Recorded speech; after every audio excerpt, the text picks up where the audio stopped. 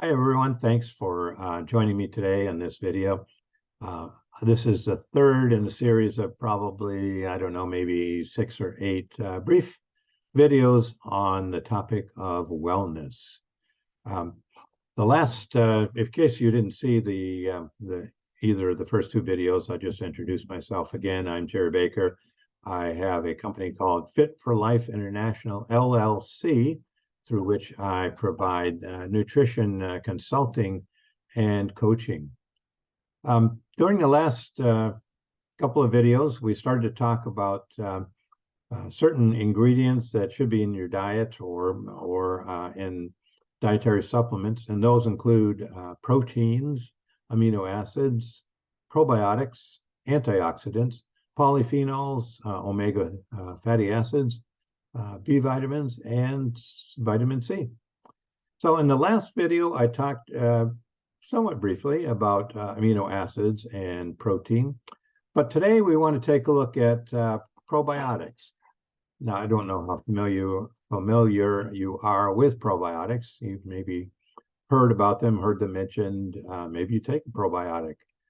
But nearly 100 trillion, with a T, bacteria, fungi, viruses, and other microorganisms actually compose your body's microflora, is what it's called. Advancing science has really made it clear that these organisms play a major role in both physical and mental health.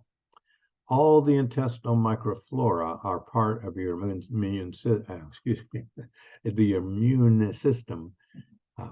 And actually, 80% of your immune system is in your gut. Surprising, I was surprised to learn that a while back.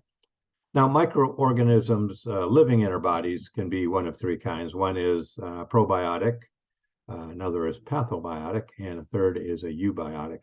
Now, a probiotic, as you can maybe guess, is a microorganism living within your body while contributing positively to your body's health. That's what you want.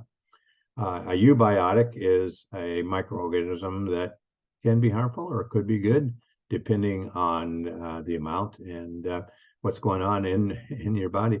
A pathobiotic, I would think you'd probably guess, is a microorganism that will actually do harm to your body. So we certainly want to avoid those. Now, in a little history about probiotics, they were first discovered in the early 1900s by Dr. Ilya Mechnikov, a Nobel Prize winning scientist, who named them probiotics, which means for life. And in respect to additional history, in 1908, which is about 7 years before the first multivitamin was created, Mechnikov studied the longevity of Bulgarian and Balkan peoples. Well, one thing he found that they drank a lot of fermented milk. Could have been milk for cows. Sometimes it was milk from buffaloes and milk from even from a reindeer. I've not seen reindeer milk anywhere, at least in my travels. And perhaps out west you'll be able to find buffalo milk. I know I've drunk goat milk, but basically fermented milk of various animals do contain probiotics, as Mechnikov eventually determined. He proposed that there were tiny microorganisms that were living in the fermented milk, and he proposed that these were somehow contributing positively to the immune system. Now, the right quantity and content of our probiotic populations can really make a big difference for those who are easily sickened and overwhelmed by viral or bacteria or fungal infections. Probiotics can quickly identify harmful bacteria, or in some cases, fungal overgrowth, and work directly to eradicate them. They also keep pathogenic bacteria from infecting our cells. So you can see how critically important that is. They also monitor the size of food molecules going to the intestinal wall for absorption, and they prevent the body from absorbing molecules that are too large or haven't broken down sufficiently. Now, perhaps you know some people, or maybe you yourself, have suddenly become allergic or sensitive to certain foods. Why is that? Well, larger molecules of protein from those foods are being allowed into the bloodstream. So for some reason, um, you have insufficient probiotics, or the probiotics you have are not doing their job. But the probiotics can reverse this problem, as has been shown in various studies, and it can reduce allergies and intestinal permeability. So probiotics are critical to nutrient absorption.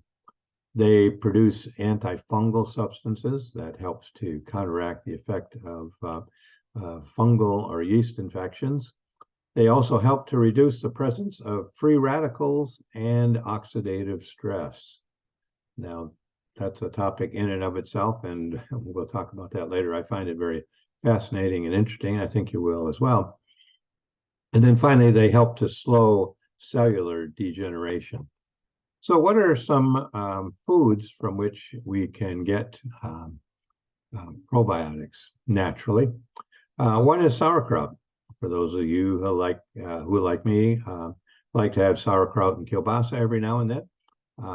That's good news. Pickles, I like pickles. There are some foods that I'm not familiar with called kefir. I think that's how you pronounce it. Miso and tempeh. I'm not sure what those foods are, and I didn't take the time to Google them, but perhaps they're familiar to you. Yogurt is very familiar, of course. Kimchi. I don't know if you've ever traveled to Korea like I have.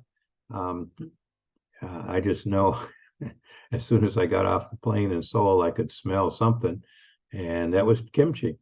And it's basically cabbage, but it's fermented. And depending on the amount of time it's been fermented, I find the kimchi that's not been fermented for too long a time to be quite tasty.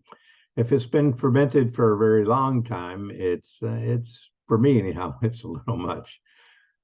Cheese is a good source of probiotic, and then kombucha tea. That's something I know that's become very, very popular. I think you can go to places like Starbucks and get a kombucha tea, and the benefit of that, it does have probiotics. So unfortunately, most diets don't include enough fermented foods. Dr. Mechnikov first suggested supplementing the diet with lactobacillus bacteria, which you'd find in a dietary supplement, probiotic supplement. Over the last 100 years, researchers have discovered numerous benefits of probiotic supplementation. I'm going to show you that list in a minute. Keep in mind that optimizing digestive flora could be one of the most important disease prevention strategies that you can undertake. Now, let me just show you a quick, show you my whiteboard here. We'll look at some of the benefits of probiotics. I think you'll find this to be quite astounding, actually. One is that they help to improve and to aid digestion. I think that's pretty obvious already. It also helps to calm irritable bowel syndrome. We've had a lot of clients who have found help with that. Same with leaky gut. You remember we talked about how sometimes there are large molecules of food that present themselves at the wall of the intestines, and the probiotics keep them from moving through the wall. If they happen to move through the wall, then that can cause leaky gut, or it's part of leaky gut syndrome. Probiotics are really helpful for leaky gut syndrome. They can boost the immune system. Like I said, 80% of the immune system is in the gut. They can counteract inflammation and control the growth of disease-causing bacteria. They also, surprisingly, produce vitamins, absorb minerals, and eliminate toxins, all very valuable processes. They also help to control asthma and reduce the risk of allergies. They can benefit your mood and mental health, and they can help to normalize your weight. So obviously, supplementing with probiotics is very important, very valuable. It can have a lot of amazing benefits.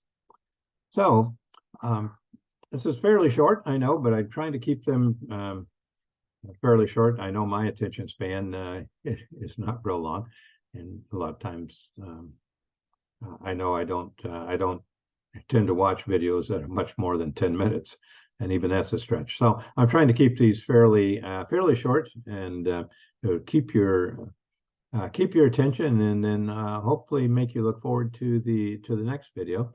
And as I mentioned earlier, one of the things that we want to talk about is antioxidants and free radicals.